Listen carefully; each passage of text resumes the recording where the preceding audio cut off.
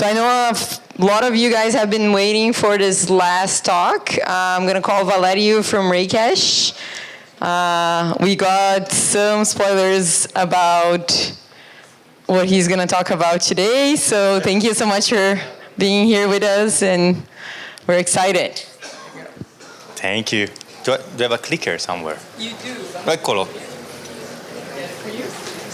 Does it work? Let's try. So he's about to put it up. Okay. First of all, I'm honored to be the last one, so the pressure is on. So I hope to don't spoil it for all the previous ones. But that's one bad news and a good news. Bad news is that there's still one talk. The good news is that I'm going to try to be short. Oh, this is the last slide, talking of spoilers. Okay, close your eyes. Okay, all right, here we go. So I'm also happy to be the last one because I feel that this talk kind of brings together so many of the things that we talked about this morning. And we talked a lot about the importance of pop-up societies, the importance of going beyond the concept of land and pushing that into society. And we all are here because our intellectual fathers, like Balaji, like Resmog, have made this concept more mainstream and possible. And of course, the advent of blockchain and AI has also helped a lot. But so, as a society, if we want to go from, as I said, no, we go from land to society. But what a society is only as real as its economy. So we cannot say that we live in a society if we cannot distinguish that society, what's inside the society from what is outside the society. If there's not a real perimeter where people can build, save, pay, trade, earn, do all these very fundamental economic transactions freely and permissionlessly, then you don't really have a society. And this is very important. And I think about this phrase a lot because ultimately the most sincere feedback systems in the world, in our universe, are two. One is the law of physics. When I build a bridge, will my bridge stand or not? There's no way of having consensus on a bridge. It either stands or doesn't.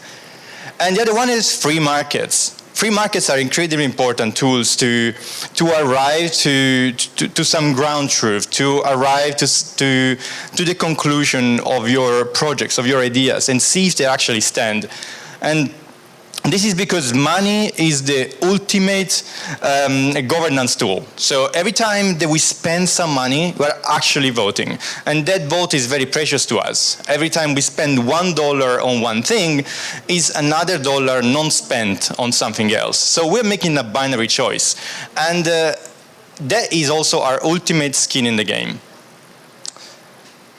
And for this reason, I strongly believe that we talk a lot about special economic zones, but they are very important layers in building this stack. And I don't think we can have special economic zones if we don't build the special economic layer.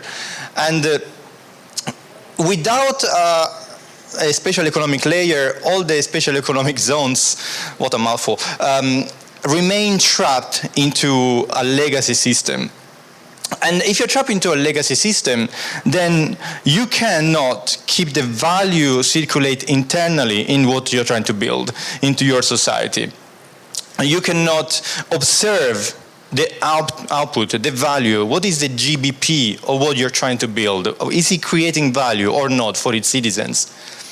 And you cannot direct the focus into activities that are aligned with your goal. For example, if you don't have a way to promote, let's say that you want to build a society where the focus is longevity, for example. If you don't have a way to promote more businesses that are doing healthy food versus fast foods, then your society will become weaker. So it's very important that societies have economic layers that allow founders and participants to direct their focus into things that are aligned with their goals. And we need to treat also the special economic zones as their own governments and their own treasuries. And this means that we need to look at how these zones and these societies can build a treasury which is verifiable, which is spendable by the zone for the benefit of the zone. And then the last one is design native incentives. We need to make sure that the incentives are aligned with everything that the reason why these zones exist. And yeah, so if we don't do that, then we end up creating ambitious projects which are just derivatives of the bigger society that are hosting them. And to do this, the solution is stablecoins, of course. So stablecoins allow you to prompt permissionless economies. I borrowed the phrase from prompt a new city, but it is actually true. Thanks to stablecoins, we can build programmable money that has very specific rules that we can decide. And the stablecoins are internet native money that allows you to behave like a bank, create value without being necessarily a bank. And an example that I make here is society coins that could be used for IPE as well, right? So imagine the IPE USD, which is a currency that is created only to spend within IPE, where all of us, when we come here, we're already voting with our dollars. We spend money to come here. We are voting with our time. And I also would like to be able to vote with my dollars and say, if I'm in IPE, I want to convert my money and spend my money into IPE city, such that from the blockchain, everybody can see the value that IPE is producing around the zone of Brazil and Florianopolis. And at the same time, it is also a benefit for IPE because they can earn yield on the treasury, they can direct the effort, they can have grants, they can do all the activities that will help IPE succeed. Now, IPE is just an example. I talk about IPE because we are here, of course. And at the same time, it's also important for the citizen freedom. Like as I mentioned before, I want to be able to spend and vote with my dollars and come in and out and use dollars as a signaling mechanism. Because if I'm happy about where the society is going, I'm going to put more dollars. If I'm not happy with the leader, with the government, with the governance, I'm going to put less dollars. And the signal is very strong and is actually the ultimate voting signal. And yeah, so an example here is that IPE USD will not be just a token, it will become its economic narrative. So can this become big enough and strong enough to become inevitable, to don't be ignored by other economies? And we talked before about society coins with Costa. Somebody asked a question, and I agree with him. I agree with the fact that we need to have the ability to wrap and unwrap new coins very freely, and societies have everything to gain in doing this, because they will signal their mighty power, not necessarily because they become multi-billion-dollar societies, but also because they signal the alignment of the citizens. And this is great, but there is one problem. There is one problem with stablecoins. We touched it multiple times already, and the problem is that right now, stablecoins are mostly public. And this is something that we touched before with Fabio. We saw that if I know what you're spending, I can just go on make a filter, a range of date between now and 3 hours before, and see who spent $2.50 and find your address and know everything about your financial life. So the problem is that stablecoins right now, as I said, are mostly public, and the solution for stablecoins are broadly two. So you either go custodial, which means you give your stablecoins to an exchange, to a banking institution, somebody that keeps the money for you, and that is usually quite good for keeping privacy, but it sucks for what we're trying to build here, which we are all caring about self-sovereignty and the ability of people to own their own money. But if you really go into that and you own your own money and you have your wallet, then everything will be public, and it's very hard to keep your life secret. This is what I called often as the Stablecoin Trilemma. So basically, the Stablecoin Trilemma says that you can have only 2 out of 3 between self-custody, banking features, and privacy.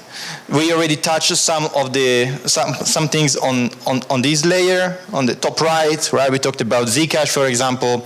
We mentioned privacy pools. We talked about Railgun as well. So these are great tools that give you self-custody and privacy, but tend to break any integration with the real-world financial system, where banks don't want to touch your money. They are suspicious because they tend to be very risk averse.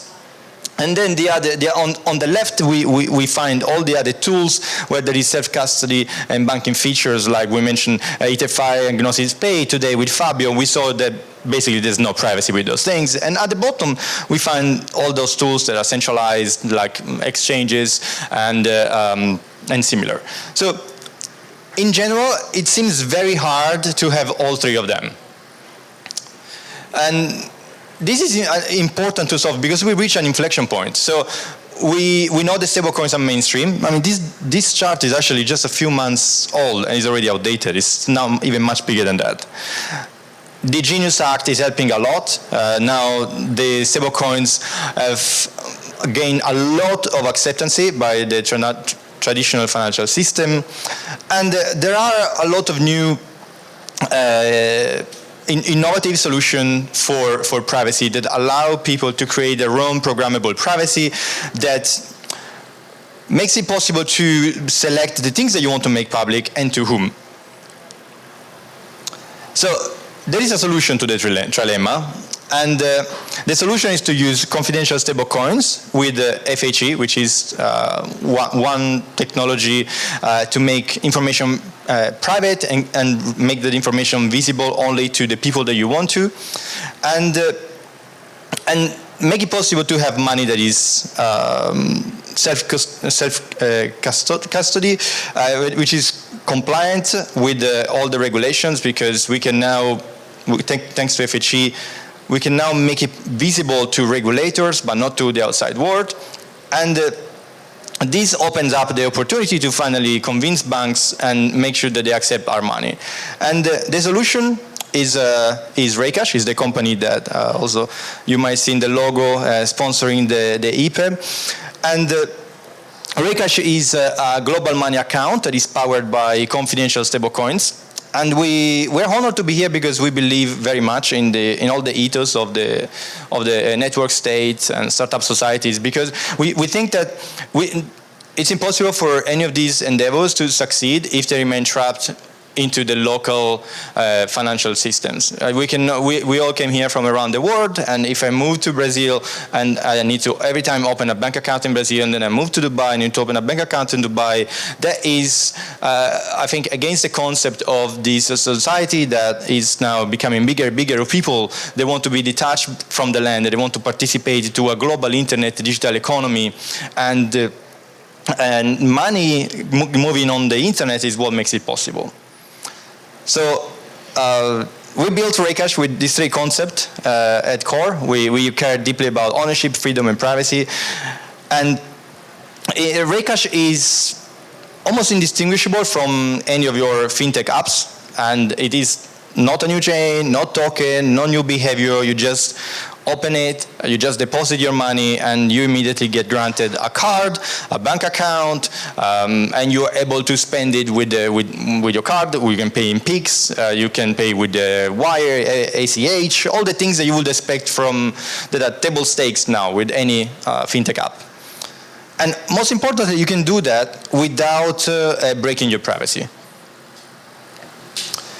Raycash is going to be live in private beta already next month. So I would love to see you trying it. We're trying to get people from all across the world so that we can try as many scenarios as possible. We are global, so we're not going to launch in any particular geography.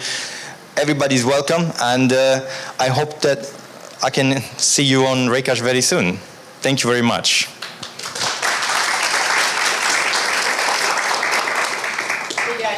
Open questions. Anyone wants to start? There we go. Yeah. So interesting concept that you talked about, especially with these special economic zones that they need their own economic layer. I've been thinking about that problem as well, and I wouldn't narrow it down to a stablecoin necessarily. At least that's what I came up with in my design, because if we make it totally dependable on EP USD, for example, we are making ourselves dependent on the US dollar. So my solution would have been a layer 2 actually, for a dedicated layer 2 for the city. What do you think about that? I think that if you want to participate, I'll give you the same answer probably the cast I gave before. If you want to participate in a global economy, you need a global coin. And for pure market logic, it's very difficult to convince people outside of your society to buy your coin. And it will take a long time for you to build a reputation such that people will demand that coin. And if you don't do that, then and before you even reach the reputation, then your coin will always fluctuate in value compared to other currencies. I believe that there's more value in having something stable, and it doesn't matter if it's dollar or euro or any other fiat currency. What really matters is that you can come in and out without any problem. So you're going to have a harder time to convince the citizen of IPE to convert their dollars if when they come out, maybe it's worth half the what they put, right? So I don't think that we are in the business of trading in this room. We don't want to bet our money. We want to signal with our money. I think that also the denomination is not very important, right? So if it's dollar or euro doesn't really matter as long as it's stable. Yeah, that's what I'm thinking. So freedom of choice when it comes to currency, but within the layer 2 ecosystem. So you can track actually the GDP, what you've mentioned. Yeah. Yes, that is possible. I mean, we are agnostic against the system. It doesn't really matter. It's the concept of the design stands regardless of the underlying blockchain. Thank you for the question. Questions?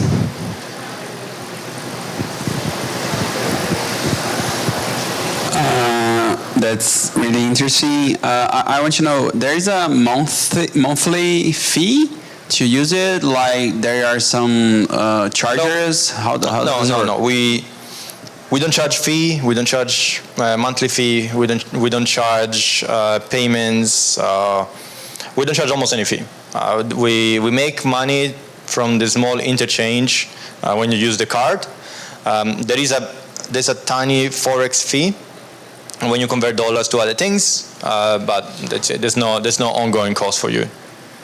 Okay, and then you said I can use Pix? Yes, we're going to be live in Brazil with Pix as well. That's nice. Okay.